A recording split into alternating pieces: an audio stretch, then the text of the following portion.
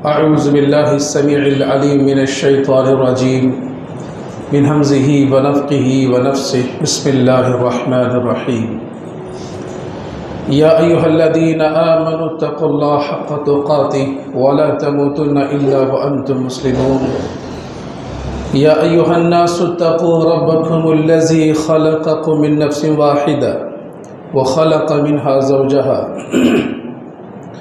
وبث منهما رجالا كثيرا ونساء واتقوا الله الذي تساءلون به والأرحام إن الله كان عليكم رقيبا يا أيها الذين آمنوا اتقوا الله وقولوا قولا سديدا يصلح لكم أعمالكم ويغفر لكم ذنوبكم ومن يطع الله ورسوله فقد فاز فوزا عظيما وقال الله تبارك وتعالى في موضع آخر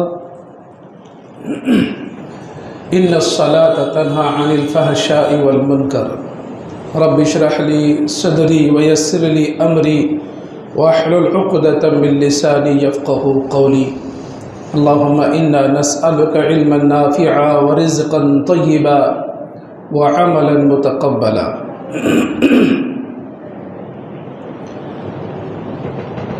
سب سے پہلے تعریف اللہ رب العالمین کی، جس اللہ رب العزت نے ہم سب کو مسلمان بنا کر کے پیدا کیا۔ تعریف اس اللہ رب العالمین کی جس نے ہمیں مسلمان بنانے کے ساتھ ساتھ توحید کی نعمت سے نوازا۔ تعریف ہو اسی اللہ رب العالمین کی جو کل کائنات کا خالق، مالک اور رازق ہے۔ اللہ رب العالمین کی حمد و ثنا کے بعد درود و سلام ہو تمام پیغمبروں پر، خصوصاً میرے اور آپ کے پیارے نبی رحمت للعالمین سید المرسلین، امام کائنات، خاتم الانبیاء، امام الانبیاء، سید الانبیاء محمد رسول اللہ صلی اللہ علیہ وسلم پر، جن کو اللہ تعالیٰ نے ہماری طرف رشد و ہدایت بنا کر کے بھیجا تھا۔ محترم بزرگوں، نوجوانوں، عزیز بچوں و محترمہ پردہ نشین اسلامی خواتین، ہم میں سے چاہے وہ بڑا ہو یا چھوٹا ہو، عورت ہو یا مرد ہو، ہر کوئی جانتا ہے کہ اسلام کی بنیاد 5 چیزوں پر ہے۔ 5 ایسی چیزیں ہیں جس پر اسلام کی بنیادیں قائم ہیں۔ اسلام کی بنیاد پر، ان بنیادوں پر اسلام قائم ہے، ہر کوئی جانتا ہے۔ سب سے پہلے کلمہ ہے، نماز ہے، روزہ ہے، زکوٰۃ ہے، اس کے بعد حج ہے۔ ان بنیادوں میں سے کلمہ توحید کے بعد لا الہ الا اللہ محمد رسول اللہ، یہ کلمہ جو اسلام کی سب سے پہلی بنیاد ہے۔ اب انسان جب اس کلمے کو ادا کر کے اسلام کی پہلی بنیاد میں داخل تو ہو جاتا ہے، اب اس کے بعد جو بنیادیں ہیں وہ بھی اتنی ہی اہم اور ضروری ہیں جتنا کلمہ ہے۔ دوسری بنیاد نماز ہے۔ میں آج آپ حضرات کے سامنے اسی دوسری بنیاد کے متعلق گفتگو کرنے کی انشاءاللہ کوشش کروں گا۔ اللہ رب العالمین سے دعا ہے کہ اللہ تعالیٰ جو بھی ہم سنائے، اللہ سننے سے زیادہ عمل کی توفیق عطا فرمائے، آمین یا رب العالمین۔ محترم حضرات، دوسری بنیاد نماز ہے۔ دیکھیے، ایک ہوتے ہیں حقوق اللہ، ایک ہوتا ہے حقوق العباد۔ بندوں کے حقوق میں سب سے پہلے اللہ تعالیٰ قیامت کے دن جو سوال کرے گا وہ نماز کے بارے میں ہوگا۔ نماز ایک ایسی عبادت ہے جو انسان کو اللہ سے قریب کرتی ہے۔ نماز ایک ایسی عبادت ہے جو انسان کے ایمان کو تازہ کرتی ہے۔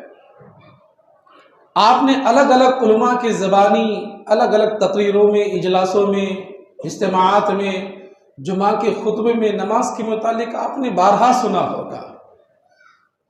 بارہا آپ نے الگ الگ عنوانات کے ذریعے آپ نے نماز کی اہمیت، نماز کی فرضیت، نماز کی فضیلت، بہت ساری چیزوں کو آپ نے سنا ہوگا۔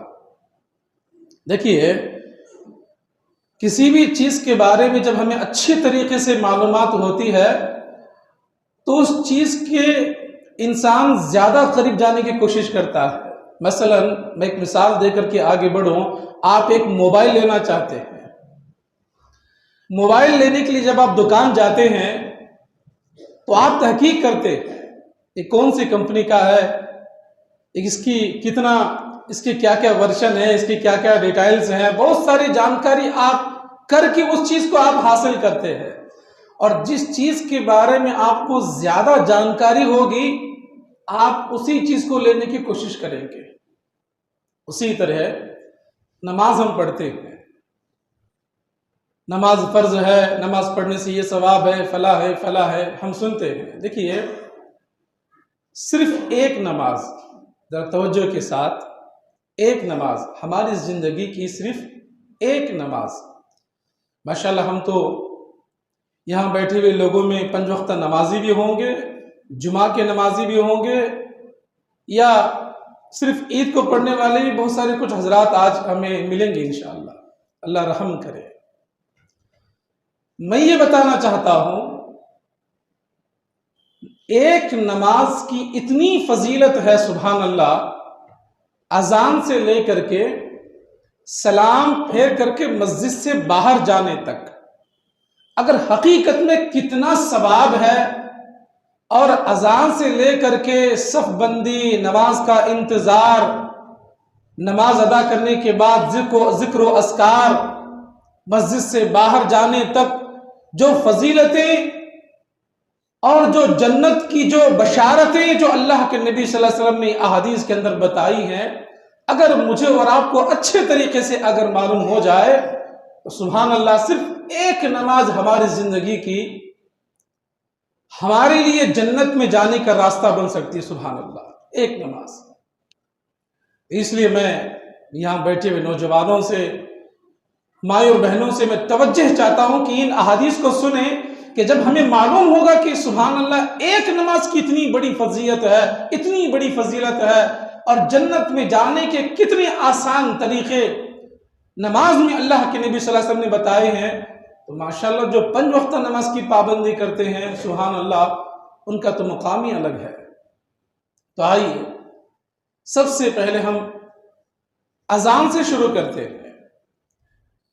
آج سمجھنے والی بات ہے، غور کرنے والی بات ہے۔ اذان، آپ دکان میں ہیں، گھر پر ہیں، اسکول میں ہیں، ہوٹل میں ہیں، ڈرائیونگ کر رہے ہیں، راستے میں چل رہے ہیں، آپ جہاں بھی ہیں،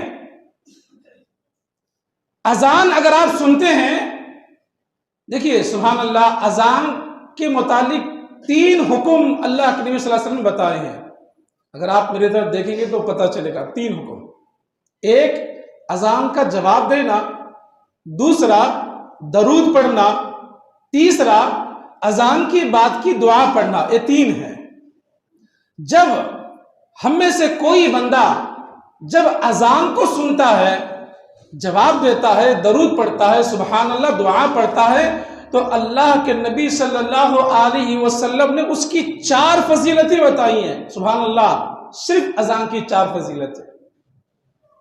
پہلی فضیلت یہ ہے، اللہ کے نبی صلی اللہ علیہ وسلم فرماتے ہیں کہ اگر کوئی بندہ اذان سن رہا ہے اور مکمل طور پر اذان کو سن کر کے اذان کا جواب دیتا ہے، اور حدیث کے الفاظ ہیں، اب اذان میں کچھ الفاظ ایسے ہیں کہ اشہد ان لا الہ الا اللہ، اس کے بعد ہے اشہد ان محمد رسول اللہ، یعنی وہ اقرار کر رہا ہے کہ اللہ کے سوا کوئی معبود نہیں اور محمد رسول اللہ صلی اللہ علیہ وسلم اللہ کے رسول ہیں، تو نبی نے فرمایا کہ جواب دیتا ہے من قلبہ، دل سے اقرار کر رہا ہے اور دل سے جواب دے رہا ہے۔ سبحان اللہ، صرف اذان کا جواب دے کر کے، اذان کی جواب آپ دل سے جب اگر آپ ادا کرتے ہیں، نبی نے فرمایا دخل الجنہ، وہ جنت میں داخل ہوگا۔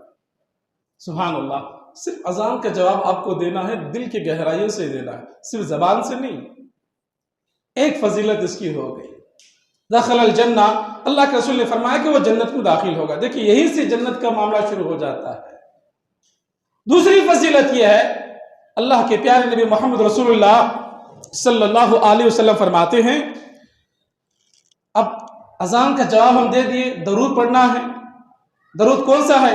انڈین درود نہیں ہے، درود ابراہیمی ہے۔ اللہم صلی علی محمد وعلی آل محمد کما صلیت علی ابراہیم، جو مکمل درود ہے، آپ اس درود کو پڑھیں۔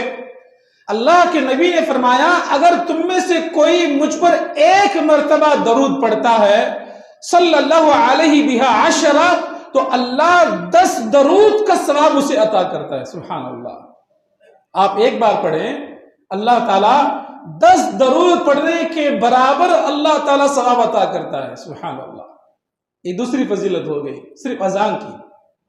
تیسری فضیلت یہ ہے، اب آپ اذان کا جواب دیتے ہیں، اذان کی دعا پڑھتے ہیں۔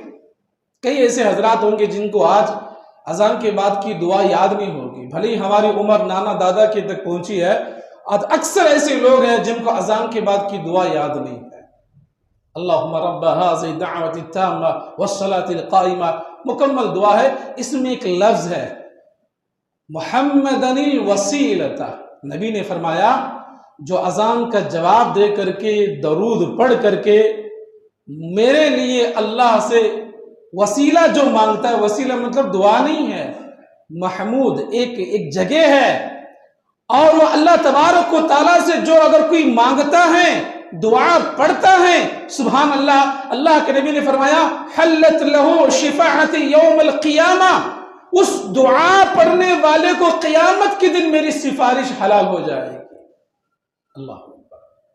اللہ کے رسول کی سفارش، دنیا کے بنی بناوٹی لوگوں کے پیچھے لوگوں کی سفارش نہیں، اللہ کے رسول فرماتے ہیں کہ بس تمہیں اذان کے بعد دعا پڑھنا ہے، میری سفارش تمہیں حاصل ہوگی۔ سبحان اللہ، اور یہ تیسری فضیلت ہوگی صرف اذان کی۔ چوتھی فضیلت،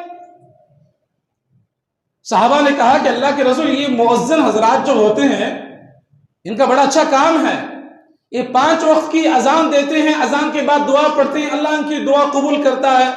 ہم جو ہے اذان نہیں دیتے، ہماری دعا پتہ نہیں اللہ قبول کرتا ہے کہ نہیں کرتا ہے۔ اللہ کے رسول نے فرمایا قل کما یقولون، جیسے مؤذن کہتا ہے ویسے تم ہر جگہ جہاں بھی رہو اس کا تم اچھی طریقے سے جواب دے کر کے تم جو بھی اللہ سے دعا کرو گے، سبحان اللہ، اللہ تمہاری دعا قبول کرے گا۔ یہ چوتھی فضیلت ہے۔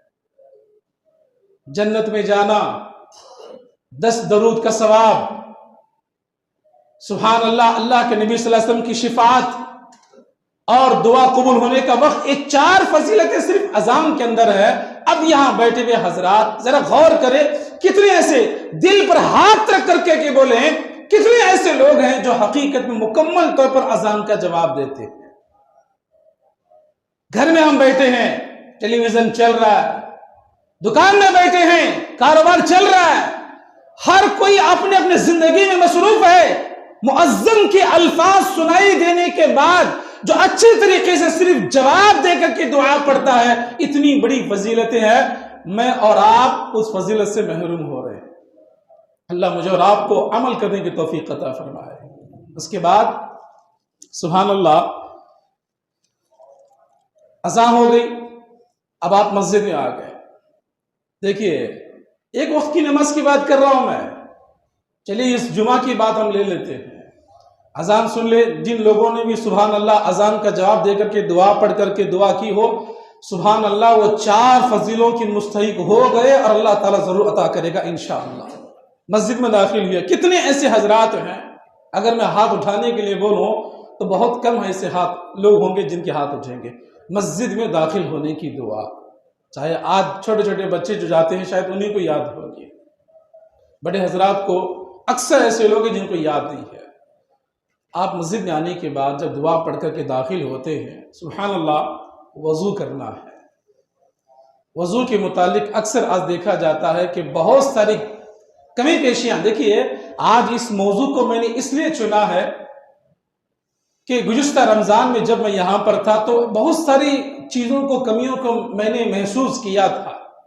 اللہ مجھے آج موقع دے رہا ہے کہ تاکہ اس چیز کو میں کلیئر کروں، اور ایسی چیز ہے جو ہر روز ہمارے ساتھ گزرنی ہے۔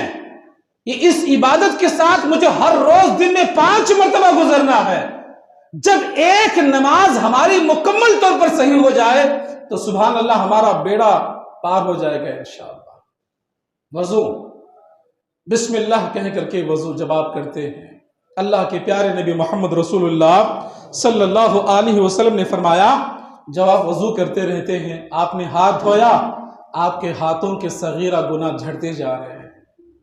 آپ کلی کر رہے ہیں، آپ کلی کر رہے ہیں، آپ کے زبان سے جو صغیرہ گناہ ہیں اللہ تعالیٰ جھڑا رہا۔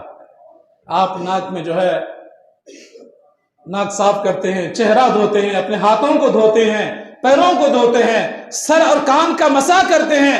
سبحان اللہ، اللہ کے پیارے نبی محمد رسول اللہ صلی اللہ علیہ وسلم نے فرمایا کہ بندہ جب ہاتھ دھو کر کے مکمل وضو کرنے تک اس کے اعضاء کے، جسم کے اعضاء سے صغیرہ گناہوں کو اللہ تبارک و تعالیٰ اس پانی کے ساتھ مٹا دیتا ہے۔ سبحان اللہ، وضو اچھے طریقے سے ہونا چاہیے، ایسا نہیں کہ جو ہے پانی یہاں وہاں پھینکے اور کہیں سوکھا ہے کہیں کچا ہے۔ اللہ کے رسول کی حدیث یہ بھی ہے، اگر کوئی آدمی جلد بازی کرتا ہے، اس کے پیروں میں، ہاتھوں میں جو ہے کئی سوکھی ہوئی چیز ہے، چمڑا ہے، پانی نہیں پہنچا ہے، اس جگہ کو اللہ تبارک و تعالی جہنم میں جلائے گا۔ سکون کے ساتھ اچھے طریقے سے وضو کرے۔ پہلی فضیلت یہ ہے کہ گناہ جھڑتے ہیں۔ دوسرا، اللہ کے نبی صلی اللہ علیہ وسلم فرماتے ہیں صرف وضو کرنے کی وجہ سے، صرف وضو کرنے کی وجہ سے، آپ وضو اپنی عبادت کے لیے کر رہے ہیں، اب آپ وضو کر کے جائیں نماز کی طرف، آپ اندر مسجد کی طرف، مصلی کی طرف آئے، رفع درجات، اللہ آپ کے درجے کو بلند کر رہا ہے۔ سبحان اللہ، اللہ آپ کے درجوں کو بلند کر رہا ہے۔ الا ادلکم، اللہ کے نبی صلی اللہ علیہ وسلم فرمایا، کیا میں تمہیں ایسا عمل نہ بتلاؤں جس کے ذریعے اللہ تبارک و تعالیٰ تمہارے رفع درجات کو، یعنی تمہارے درجات کو اللہ بلند کرتا ہے۔ 2 چیزوں کا اللہ کے رسول نے نام لیا، ایک آگے بتاؤں گا، اس میں سے ایک یہ ہے اچھے طریقے سے وضو کرنا، ایک تو گناہ معاف، دوسرا رفع درجات، ہمارے درجات بلند ہوتے ہیں۔ اس کے بعد اللہ کے نبی صلی اللہ علیہ وسلم فرماتے ہیں اسباغ الوضوء علی المکارہ۔ اللہ اکبر، دیکھیے ایک آدمی وضو کرتا رہتا ہے، خاص کر کے 2 وقت وضو کرنے میں انسان کو تھوڑی سی تکلیف ہوتی ہے، ایک فجر کی نماز میں، ایک عشاء کی نماز میں، ٹھنڈی کا وقت ہوتا ہے۔ اللہ کے پیارے نبی محمد رسول اللہ صلی اللہ علیہ وسلم نے فرمایا، اگر کوئی ٹھنڈی کو برداشت کرتے ہوئے مکمل تو اسباغ الوضوء اچھے طریقے سے وضو کرتا ہے، اللہ کے نبی صلی اللہ علیہ وسلم فرماتے ہیں اسے قیامت کے دن مکمل روشنی کی میں خوشخبری عطا کرتا ہوں۔ وبشر المشائین فی الظلم، صبح کی نماز پڑھنے کے لیے آدمی اندھیروں میں نکلتے ہیں، عشاء کی نماز پڑھنے کے لیے آدمی اندھیروں میں نکلتے ہیں، جو اندھیروں میں نماز پڑھنے کی نیت سے گھروں سے نکلتے ہیں، اللہ کے نبی نے فرمایا جا کر کے تکلیف کے باوجود وضو کرتے ہیں، اللہ تعالیٰ قیامت کے دن مکمل روشنی عطا کرے گا۔ کیا کسی اور جگہ جانے سے یہ فضیلت میں حاصل ہو سکتی ہے؟ نہیں حاصل ہو سکتی ہے۔ سبحان اللہ، وضو میں اتنی بڑی فضائل۔ اور چوتھی فضیلت اس کی کیا ہے؟ دعا پڑھنا ہے، آسان دعا ہے، اشہد ان لا الہ الا اللہ واشہد ان محمدا عبدہ ورسولہ۔ اس کے بعد دعا ہے، اس دعا کو پڑھنے کے بعد، دعا کتنی چھوٹی سی 2 سطر 3 سطر ہوگی، اگر کوئی اچھے طریقے سے وضو کر کے اس دعا کو پڑھتا ہے، اللہ کے نبی صلی اللہ علیہ وسلم فرماتے ہیں فتحت له ابواب السماء من ای شاء من دخول ای الشعار، اللہ کے رسول نے فرمایا صرف اچھے طریقے سے وضو کر کے مسجد میں آ کر کے جو وضو کے بعد کی دعا پڑھتا ہے، اللہ کے نبی فرماتے ہیں جنت کے جو 8 دروازے ہیں اللہ تعالیٰ 8 کے 8 دروازوں کو کھول دیتا ہے اور کہتا ہے کہ تو جہاں سے چاہے اندر داخل ہو سکتا ہے۔ سبحان اللہ، یہ 4 فضیلتیں ہیں۔ اچھے طریقے سے وضو کریں، وضو کرتے ہوئے بھی دنیا کی باتیں، وضو کرتے ہوئے موبائل کے اندر، وضو کرتے ہوئے جو ہے ہم کھڑے ہو کر کے مذاق، وضو کرتے ہوئے دنیا کی جو ہے سیاسی باتیں، بہت ساری چیزوں کے اندر آج ہم گھل کر کے وہ فضیلتیں جو ہمیں حاصل کرنا ہے ہم اس سے محروم ہو جاتے ہیں۔ اللہ تعالیٰ مجھے اور آپ کو ان احادیث پر عمل کرنے والا بنائے۔ اب سبحان اللہ، اللہ کے نبی صلی اللہ علیہ وسلم فرماتے ہیں، دیکھیے 2 طریقے کا ہے۔ ایک وضو آپ مسجد میں کرنا ہے، اگر کوئی گھر میں وضو کر کے آتا ہے، سبحان اللہ، اگر کوئی گھر میں وضو کر کے آتا ہے اس کی کیا فضیلت ہے۔ بہت سارے ایسے حضرات ہیں جن کو عادت ہے اپنے گھروں سے وضو کر کے آتے ہیں۔ ایک بات ہمیشہ یاد رکھ لیں، مسجد میں وضو کرنے سے زیادہ جو آدمی گھر سے وضو کر کے آتا ہے اس سے زیادہ فائدہ ہے، اس سے زیادہ ثواب ہے۔ کیسے؟ آئیے اللہ کے رسول کی حدیث دیکھتے ہیں۔ اللہ کے نبی صلی اللہ علیہ وسلم فرماتے ہیں اگر کوئی مکمل طور پر اچھی طریقے سے اذان کا جواب دے کر کے گھر سے وضو کر کے نکلتا ہے، اب وہ نکل کر کے مسجد کی طرف آ رہا ہے، اللہ کے نبی نے فرمایا اس کے ایک قدم پر اللہ ایک درجہ بلند کرتا ہے، اس کے ایک قدم پر اللہ اس کے ایک گناہ کو معاف کرتا ہے۔ سبحان اللہ، کسی اور جگہ جانے سے یہ فضیلت ہمیں حاصل نہیں ہوگی۔ اللہ کے نبی صلی اللہ علیہ وسلم فرماتے ہیں مسجد کی طرف چل کر کے جانا ایک بہت بڑی فضیلت والی بات ہے، اور آدمی جس طریقے سے آئے گا اس کی نیت کے مطابق اللہ تبارک و تعالیٰ اس کو عطا کرے گا۔ مسجد نبوی کے آزو بازو بہت ساری جگہ تھی، ایک قبیلہ تھا، وہ جگہ خالی کر کے کسی اور جگہ منتقل ہو گیا، تو مسجد نبوی کے بازو کچھ جگہ خالی ہو گئی، تو ایک صحابی کو دوسرے صحابہ نے کہا کہ تم اتنا دور رہتے ہو، ابھی بہت ساری جگہ خالی ہو گئی ہے، تم مسجد نبوی کے بازو منتقل ہو جاؤ، یہاں پر آ کر کے بیٹھ جاؤ، آسان رہے گا۔ تو صحابی نے کہا کہ نہیں، مجھے دور رہنا پسند ہے، اس لیے کہ میں نے اللہ کے نبی صلی اللہ علیہ وسلم کے زبانی سنا ہے کہ جتنی دور سے بندہ چل کر کے آتا ہے اللہ تبارک و تعالیٰ اس کی قدموں نیکیوں سے شمار کرتا ہے، اس کے درجات کو بلند کرتا ہے۔ یہ فضیلت سے میں محروم نہیں ہونا چاہتا۔ تو سبحان اللہ، بہتر ہے آدمی اپنے گھر سے وضو کر کے آئے اور مسجد میں آ کر کے جو وضو کر کے اس دعا کو پڑھتا ہے، سبحان اللہ، اللہ تعالیٰ اس کو انشاءاللہ اجر عطا کرے گا۔ اس کے بعد اللہ کے نبی صلی اللہ علیہ وسلم فرماتے ہیں آپ گھر سے نکلے، کہاں آ رہے ہیں؟ وضو کر کے مسجد کی طرف آ رہے ہیں۔ سبحان اللہ، اللہ کے نبی صلی اللہ علیہ وسلم فرماتے ہیں دیکھیں مسجد کی طرف چل کر کے جانے کی فضیلت دوسری یہ ہے، اللہ کے نبی نے فرمایا جو بندہ نماز کی نیت سے وضو کر کے اللہ کے گھر کی طرف جاتا ہے، اللہ تبارک و تعالیٰ اس کا مہمان نوازی کرتا ہے۔ ہم اللہ تبارک و تعالیٰ کے مہمان بن جاتے ہیں، اللہ میزبان بن جاتا ہے۔ اللہ رب العالمین فرماتا ہے کہ جب تلک بندہ مسجد میں آ کر کے نماز ادا کر کے اپنے گھر واپس نہ لوٹے، میں اس کی حفاظت کروں گا، میں اس کی میزبانی کروں گا، میں اس کا خیال کروں گا۔ جب اتنی بڑی فضیلت، اتنی بڑی بات جب اللہ رب العالمین کی طرف سے ہے، میرے عزیز دوستو، مسجدوں کی طرف چل کر کے آنا، گھر سے وضو کر کے آنا، ان فضائل کو جان کر کے مجھے اور آپ کو عمل کرنے کی کوشش کرنی چاہیے۔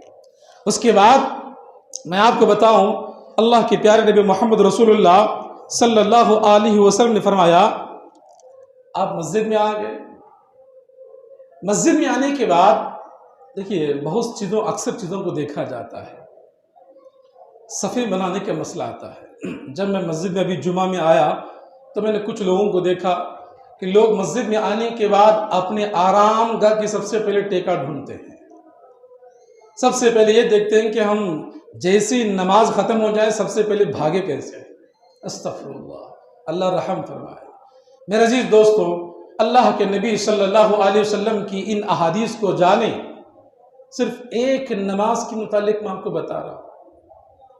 مسجد میں آنے کے بعد صف بندی سب سے پہلے ہونی چاہیے. دیکھیے، صف بندی سے پہلے میں آپ کو اور ایک چیز بتاتا ہوں. آپ وضو کیے، مسجد میں آئے، سنت پڑھے، آپ بیٹھے ہیں. ابھی 10 منٹ یا 5 منٹ میں فرض کی نماز کھڑی ہونے والی ہے. اللہ کے نبی صلی اللہ علیہ وسلم فرماتے ہیں جتنی دیر تک آپ فرض نماز کا انتظار کرتے ہوئے بیٹھے ہیں، سبحان اللہ، ابھی فرض نماز نہیں ہوئی ہے، آپ انتظار کر رہے ہیں، اس انتظار کو بھی اللہ فرض نماز میں شمار کرتا ہے. اللہ وہی ثواب عطا کرتا ہے. لیکن شرط یہ ہے مسجد میں آنے کے بعد آپ ذکر و اذکار کرتے رہیں، قرآن پڑھتے رہیں، دعائیں کرتے رہیں.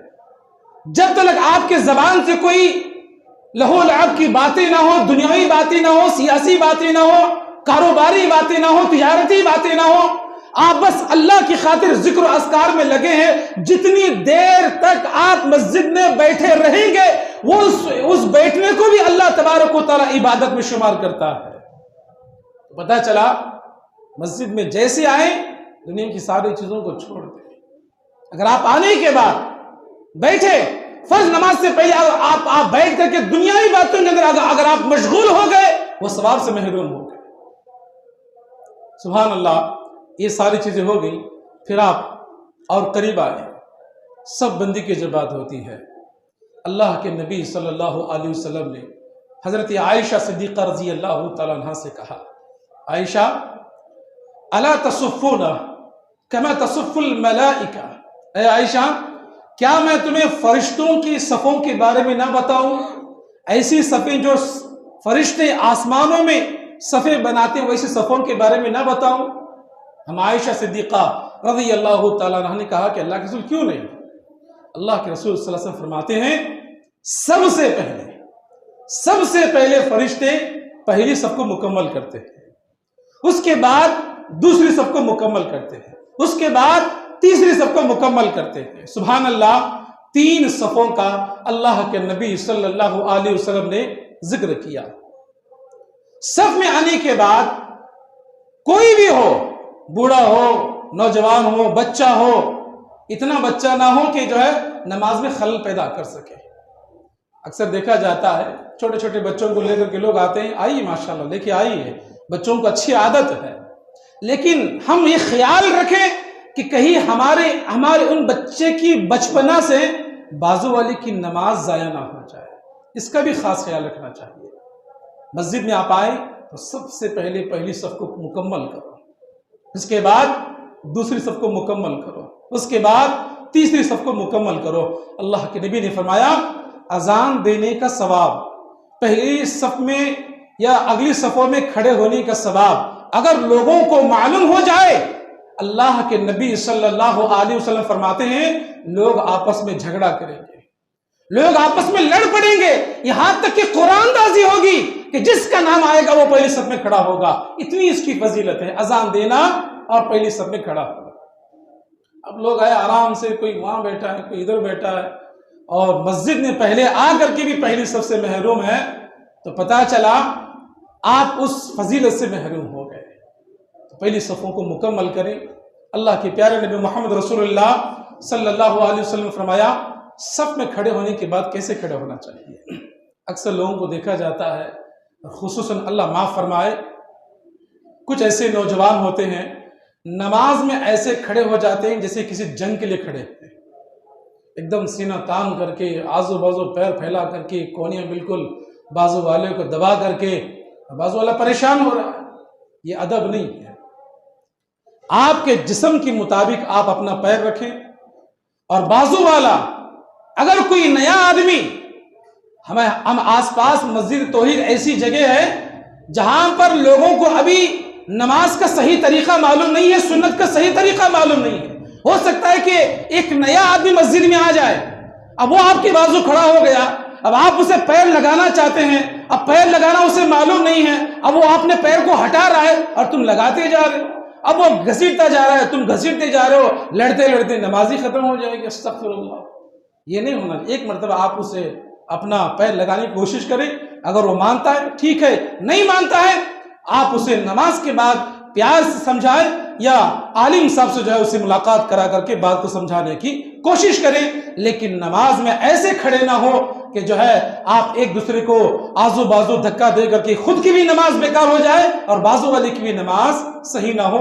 ایسی حرکت بالکل نہیں کرنی چاہیے۔ اور صف میں کھڑے ہونے کے بعد اللہ کے نبی صلی اللہ علیہ وسلم فرماتے ہیں چونا گنج دیوار کی طرح تمہیں کھڑا ہونا ہے۔ اس کا مطلب کیا ہے؟ اچھی طریقے سے پیر لگے، کندھے سے کندھا لگے، ٹخنے سے ٹخنا لگے۔ یہ صف میں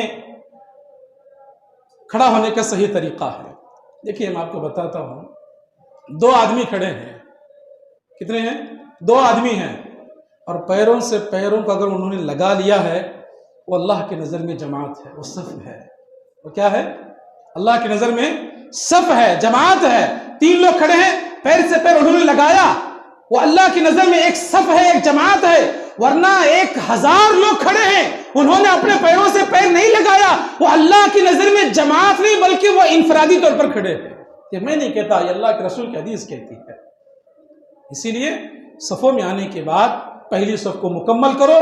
اور اس سے بڑی پیاری بات میں آپ کو بتاؤں، شاید آپ حضرات نے کم سنا ہوگا، اللہ اکبر۔ میرے عزیز دوستو، امام صاحب یہاں کھڑے ہوتے ہیں، امام صاحب کا سیدھا جانب کون سا ہوتا ہے؟ یہ امام صاحب کا سیدھے جانب کا حصہ یہ ہوتا ہے۔ اللہ کے پیارے نبی محمد رسول اللہ صلی اللہ علیہ وسلم نے فرمایا جو بندہ پہلی صف میں داخل ہوتا ہے اور پہلی صف میں آ کر کے وہ امام کے داہنی جانب آتا ہے، اللہ کے رسول نے فرمایا اس اللہ تبارک و تعالی اور فرشتوں کی رحمتیں اس پر نازل ہوتی رہتی ہے جو امام کے داہنے جانب آ کر کے کھڑا ہوتا ہے۔ سبحان اللہ۔ ایک تو پہلی صف کی فضیلت ہے، اور پہلی صف میں امام کے دائیں جانب کھڑے ہونے کی فضیلت ہے۔ نہیں، پہلے لوگ آدمی ٹیکا دیکھیں گے، بیٹھنے کی جگہ دیکھیں گے، ایسی انشاءاللہ حدیث جب معلوم ہو گئی آج کے بعد انشاءاللہ عمل کرنے کی کوشش کریں۔ اللہ تعالیٰ مجھے اور آپ کو عمل کرنے کے اللہ تبارک و تعالیٰ توفیق عطا فرمائے۔ اس کے بعد سبحان اللہ، آپ صفیں مکمل ہو گئی، امام صاحب آپ آ گئے، امام صاحب آنے کے بعد نماز بھی الحمدللہ مکمل ہو گئی۔ اب نماز ہونے کے بعد میں آپ کو بتاؤں، نماز ہونے کے بعد یہاں بھی کچھ فضائل ہیں۔ کچھ لوگ ایسے ہوتے ہیں ایکسپریس کی طرح سب کے آخری صف میں آئیں گے اور اسی طرح آئیں گے جیسے آئے تھے، اس سے بھی زیادہ دوڑ کر کے واپس چلے جائیں گے۔ کچھ لوگ ایسے ہوتے ہیں، کئی ایسے حضرات میں لڑکیوں کو اکثر دیکھا جاتا ہے جمعہ کے دن خاص کر کے عین جماعت کے وقت آتے ہیں یا 1:15 کے بعد آتے ہیں، اور کچھ لوگ ایسے گھر میں بیٹھ کر کے مائک میں انتظار کرتے رہتے ہیں کہ کب مولانا نماز کے لیے کھڑے ہو جائیں، گھر سے نکلے اور فوراً نماز پڑھ کر کے باہر چلے جائیں۔ استغفر اللہ، ایسی نمازوں کو اللہ ان کے چہروں پر مار دیتا ہے۔ نماز تو بڑی مشکل سے ہم پڑھتے ہیں، اگر وہ نماز بھی اللہ کی نظر میں اگر قبول نہ ہو، بڑی تعجب اور بڑی غفلت کی بات ہے۔ اللہ کے نبی نے فرمایا، دیکھیے یہاں تو صف کا بھی ہو گیا، اتنی بڑی فضیلت۔ اب آپ نے سلام پھیرا، سلام پھیرنے کے بعد دیکھیے کتنی بڑی ثواب اس کا۔ اللہ کے رسول نے فرمایا جو سلام پھیرنے کے بعد کتنی مرتبہ؟ 33 مرتبہ سبحان اللہ، 33 مرتبہ الحمدللہ، ایک حدیث میں 34 مرتبہ اللہ اکبر، ایک حدیث میں 33 مرتبہ اللہ اکبر پڑھ کر کے جو لا الہ الا اللہ کو، جو اشہد ان لا الہ الا اللہ پڑھ کر کے اسے مکمل 100 کر لیتا ہے۔ سبحان اللہ۔ اللہ کے پیارے نبی محمد رسول اللہ صلی اللہ علیہ وسلم نے فرمایا صرف جو ہے آپ 33 مرتبہ سبحان اللہ، 33 مرتبہ اللہ اکبر، 33 مرتبہ اگر الحمدللہ پڑھتے ہیں، اللہ کے پیارے نبی محمد رسول اللہ صلی اللہ علیہ وسلم نے فرمایا بھلے ہی اس کے گناہ سمندر کے جھاگ کے برابر ہو، اللہ اس کے گناہوں کو معاف کر دیتا ہے۔ سبحان اللہ۔ صرف 33 مرتبہ پڑھنے کی وجہ سے آج ہمارے پاس وقت نہیں رہتا ہے۔ اس کے بعد اللہ کے رسول نے فرمایا جو آدمی 33 مرتبہ سبحان اللہ الحمدللہ اللہ اکبر پڑھ کر کے آیت الکرسی پڑھتا ہے، آیت الکرسی پڑھنے کی فضیلت یہ ہے، اللہ کے رسول نے فرمایا اگر کوئی آیت الکرسی نماز کے بعد پڑھتا ہے اور فوراً اس کی موت ہو جاتی ہے تو اس کے موت اور آیت الکرسی کے درمیان اگر کوئی ایک چیز باقی رہتی ہے وہ جنت ہے، یعنی وہ سیدھا جنت میں چلا جاتا ہے۔ نبی نے فرمایا اس کے اور اس جنت کے درمیان کوئی چیز حائل نہیں ہوتی ہے۔ آیت الکرسی کی اتنی بڑی فضیلت ہے، ماشاءاللہ آج کنڑ میں اور بہت سارے عربی زبان میں لکھا ہوا ہوتا ہے، لیکن آج ہمارے پاس پڑھنے کے لیے وقت نہیں ہے۔ اللہ کے رسول صلی اللہ علیہ وسلم جو دعا کیا کرتے تھے، ربی اعنی علی ذکرک و شکرک و حسن عبادتک، نماز کے بعد کے اذکاروں میں سے دعا ہے، کتنی پیاری دعا، ابو داؤد کی حدیث ہے، علامہ البانی رحمہ اللہ علیہ نے اس حدیث کو صحیح قرار دیا ہے۔ دیکھیے دعا کیا ہے، اللہم اعنی، اے اللہ تو میری مدد فرما، کس لیے، علی ذکرک، میں تیرا ذکر اچھے طریقے سے کر سکوں، وہ شکری کا، اے اللہ تیری نعمتوں کا شکر میں بجا لا سکوں، اللہ تو میری مدد فرما، وہ حسن عبادتک، اللہ میں تیری اچھے طریقے سے نماز ادا کر سکوں، میں تیری اچھے طریقے سے عبادت کر سکوں، اے اللہ اس میں تو میری مدد فرما۔ اللہ کے لیے بیٹھے رہے، مسجد میں بیٹھے، چند دیر بیٹھنا جنت کو حاصل کرنا ہے، جتنی تیزی کے ساتھ آپ دنیا کی طرف بھاگیں گے اللہ اسی طرح دنیا کی طرف آپ کو بھگاتا رہے گا۔ اذان کا جواب سے لے کر کے مسجد میں بیٹھ کر کے ذکر و اذکار تک، اتنا ہی ہو گیا۔ سبحان اللہ، میں نے آپ سے کہا تھا کہ مسجد کو چل کر کے آنا ثواب کا کام ہے۔ اللہ کے رسول کی حدیث یہ ہے کہ آدمی اب نماز پڑھ لیا، اب نماز پڑھنے کے بعد فرض بھی ہو گئی، سنت بھی ہو گئی، اب چل کر کے جانا ہے، یا کوئی کچھ دیر مسجد میں بیٹھا رہتا، رکو بھائی تھوڑی دیر بیٹھتے ہیں آرام سے، بعد میں جائیں گے 10-15 منٹ کے بعد۔ اللہ کے نبی نے فرمایا جتنی دیر تک وہ مسجد میں بیٹھا رہے گا اللہ اسے فرض نماز کا ثواب عطا کرے گا۔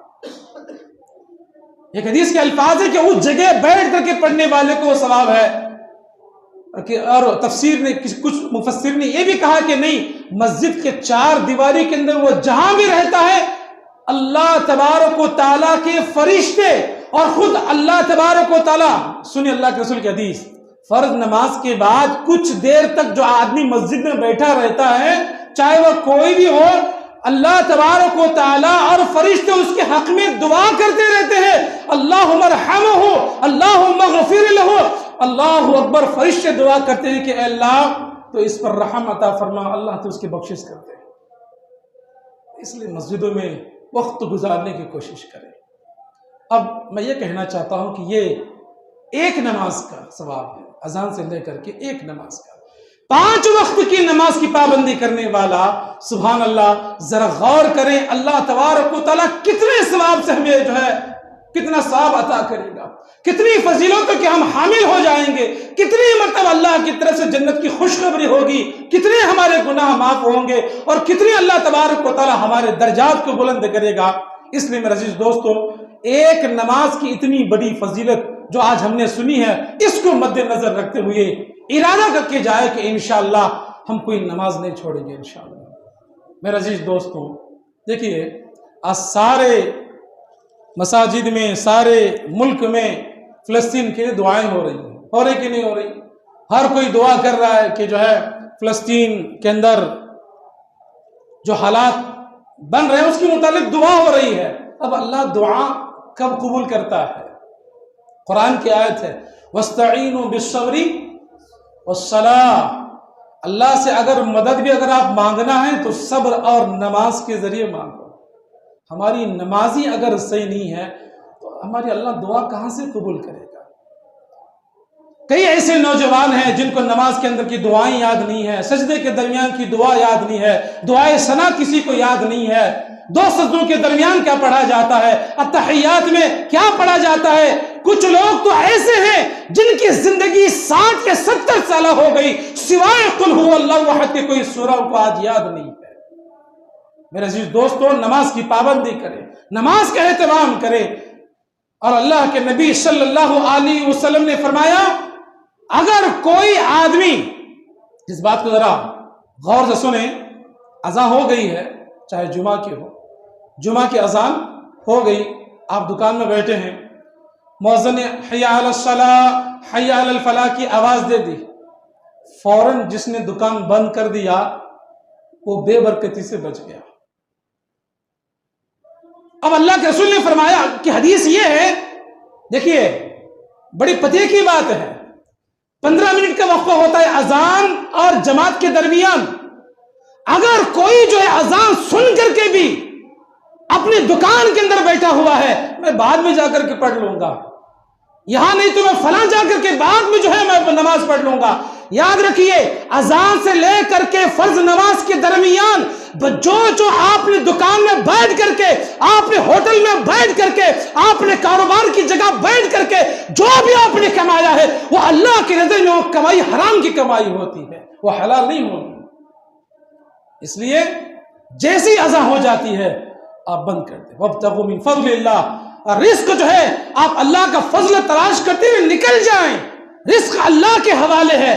جو بندہ اللہ تبارک و تعالیٰ کو بھروسہ کر کے اذان سن کر کے جو اپنا دکان بند کر کے الحمدللہ مسجد میں آئے گا تو سبحان اللہ، اللہ تبارک و تعالیٰ اس بندے کو دکان کو جانے کے بعد ایک انسان جو ہے کوئی چیز ڈھونڈنے کے لیے سارے داون گیرے کے اندر گھومتا رہے گا، اللہ ہو سکتا ہے کہ اللہ وہ چیز آپ کی دکان کے اندر دلا دے۔ یہ جذبات ہمارے اندر ہونے چاہیے۔ کچھ ایسے نوجوان ہیں نماز کی جب بات آتی ہے تو کوتاہی، اب کوئی اگر عالم کہے کہ بھائی چل اذان کا وقت تو ہے نماز کو جانا ہے، نہیں مولانا کئی دن ہو جو ہے 2 دن سے میں نے غسل نہیں کیا، میں پاک نہیں ہوں، میرے پاس ٹوپی نہیں ہے، میرے پاس فلاں نہیں ہے۔ بہت ساری آج ہم دنیا کی باتوں کو لے کر کے ہم ہیلا بہانہ بناتے ہیں، عالم کے پاس تو بچ جائیں گے، فلاں کے پاس تو بچ جائیں گے، لیکن اللہ رب العالمین دیکھنے والا ہے۔ اگر کوئی بندہ نماز کو نہیں آ رہا ہے توجہ کے ساتھ، چاہے وہ کوئی بھی ہو، ایک بات ہمیشہ یاد رکھیں، نماز ذمہ داروں کے لیے بھی ہوتی ہے، نماز امام کے لیے بھی ہوتی ہے، نماز مصلیان کے لیے بھی ہوتی ہے، نماز جمعیت و جماعت کے ذمہ داروں کے لیے بھی ہوتی ہے، نماز جو ہے ہر مسلمان پر ہر حال میں فرض ہے۔ میرے عزیز دوستوں، آپ دیکھیں گے کئی ایسے نوجوان ہیں، کئی ایسے لوگ ہیں، اذان سن کر کے اگر ہم گھر میں بیٹھے رہے، من ترک الصلاۃ متعمدا فقد کفر، جان بوجھ کر کے نماز کو چھوڑ رہا ہے، وہ شرک نہیں، اللہ کی نظر میں کفر کر رہا ہے۔ میرے عزیز دوستوں، زندگی چند دنوں کی ہے، چند دنوں میں پتہ نہیں ہم میں سے کون رہے یا نہ رہے، یہ نماز کی فضیلت انشاءاللہ ہمارے لیے کام آئے گی۔ صرف عیدیں منانا، جلوسیں منانا، جھنڈے لگانا، بہت ساری چیزیں کرنا، اب آئیے چند باتیں میں آپ کو بتاتا ہوں۔ اللہ کے رسول کی بہت ساری احادیث کو تو آپ نے سنا ہوگا کہ ماشاءاللہ اللہ کے رسول نے فرمایا کہ جو آدمی فرض نماز کے وقت جو ہے اذان سن کر کے گھر میں رہے، اللہ کے نبی نے فرمایا میں چاہتا ہوں کہ میں میرے مصلی پر کسی اور کو کھڑا کروں، اور جو لوگ اذان سن کر گھروں میں ہے میں ان کے گھروں کو جاؤں اور ان کے گھر والوں کے سمیت جو ہے ان کو آگ لگا کے جلا کے راکھ کر دو، یہ اللہ کے رسول نے فرمایا۔ اور آج لوگ اپنے گھروں پر جھنڈا تو لگاتے ہیں۔ آئیے اللہ کے رسول کی احادیث سے تو بہت ساری باتیں آپ نے سنی ہوں گی، کچھ بہت سارے ایسے بھائی لوگ ہیں جو اولیاء کرام کو بھی مانتے ہیں۔ آئیے ان اولیاء کرام نے بھی بے نمازی کے بارے میں کیا کہا ہے۔ آج ہم کہتے ہیں نا غوث العظم شیخ عبد القادر جیلانی رحمہ اللہ علیہ، اللہ تعالیٰ ان کی قبروں کو نور و رحمت سے اللہ تبارک و تعالیٰ برسائے۔ شیخ عبد القادر جیلانی رحمۃ اللہ علیہ اپنی کتاب غنیۃ الطالبین میں فرماتے ہیں جو آدمی بے نمازی ہوتا ہے وہ آدمی کا اگر کسی وقت انتقال ہو جائے، شیخ عبد القادر جیلانی رحمۃ اللہ علیہ نے فرمایا بے نمازی کو مسلمان کے جو ہے قبرستان میں دفن نہیں کرنا چاہیے، اسے بالکل باہر کر دیا جائے۔ یہ میں نہیں کہتا، غنیۃ الطالبین کے اندر لکھا ہوا ہے۔ تفسیر احمدیہ صفحہ نمبر 380 پر امام احمد رضا خان بریلوی رحم اللہ علیہ وہ بھی فرماتے ہیں اگر کوئی ایک مرتبہ ایک فرض نماز اگر کوئی چھوڑ دیتا ہے، نماز کو ترک کر دیتا ہے، تو گویا جو ہے وہ 1000 سال اپنے آپ کو جہنم میں رہنے کی کوشش کر رہا ہے، ٹھکانہ بنانے کی کوشش کر رہا ہے۔ قطب الدین اولیاء اور اسی طرح چشتی رحمت اللہ علیہ، ان کی بہت سارے ایسے فتاوے بے نمازی کے لیے ہے۔ آج جن کے نام کے جھنڈے ہم اپنے گھروں پر لگاتے ہیں، ان کے فتووں کو پڑھ کر کے ہمیں اپنی نمازوں کو بھی تو سدھارنا چاہیے۔ بہت سارے ہم اماموں کی بات کرتے ہیں، امام ابو حنیفہ رحمۃ اللہ علیہ کہتے ہیں کہ بے نمازی کا حکم قتل کرنا ہے، امام احمد بن حنبل کہتے ہیں کہ بے نمازی کافر ہوتا ہے، امام شافعی رحمۃ اللہ علیہ کہتے ہیں کہ جو ہے بے نمازی کو اس کی وراثت سے بے دخل کر دینا چاہیے، امام مالک رحمۃ اللہ علیہ کہتے ہیں کہ بے نمازی کو جو ہے اس کے گھر و بار کے ساتھ اسے اپنے گاؤں سے جلا وطن کر دینا چاہیے۔ ان چیزوں کا بھی تو خیال رکھا جائے، نماز کی پابندی کریں۔ آج فلسطین جل رہا ہے، آج فلسطین کے اندر بچوں کو مارنا پیٹنا، یہ ساری چیزیں آپ سن رہے ہیں، یہ کب ہوگا؟ مسجدوں کو آؤ، آباد کرو، نماز کی پابندی کرو، صفوں کو بناؤ اور رو رو کر کے نماز کی حالت میں اللہ سے دعا کرو، انشاءاللہ اللہ آج ہماری دعا قبول کرے گا۔ نماز کی پابندی کریں انشاءاللہ، نماز کی پابندی کریں گے انشاءاللہ۔ آواز نہیں آ رہی، کریں گے انشاءاللہ۔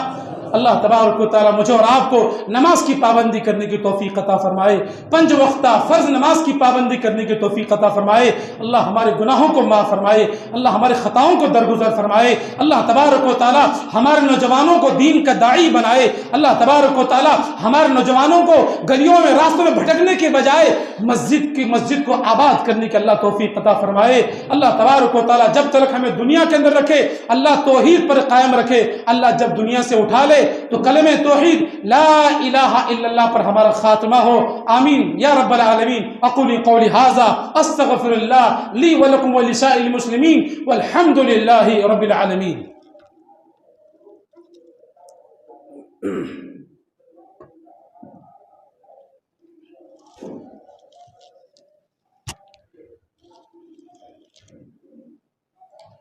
ان الحمد لله نحمده ونستعينه ونستغفره ونعوذ بالله من شرور انفسنا ومن سيئات اعمالنا، اعوذ بالله من الشيطان الرجيم، بسم الله الرحمن الرحيم، ان الله وملائكته يصلون على النبي يا ايها الذين امنوا صلوا عليه وسلموا تسليما، اللهم صل على محمد وعلى ال محمد كما صليت على ابراهيم وعلى ال ابراهيم انك حميد مجيد، اللهم بارك على محمد وعلى ال محمد كما باركت على إبراهيم وعلى آل إبراهيم إنك حميد مجيد، اللهم اغفر للمؤمنين والمؤمنات والمسلمين والمسلمات والأحياء منهم والأموات، اللهم انصر من نصر دين محمد صلى الله عليه وسلم وجعلنا منهم، اللهم من أعرض عن دين محمد صلى الله عليه وسلم ولا تجعلنا منهم، آمين۔ عباد الله رحمني ورحمكم الله، إن الله يأمر بالعدل والإحسان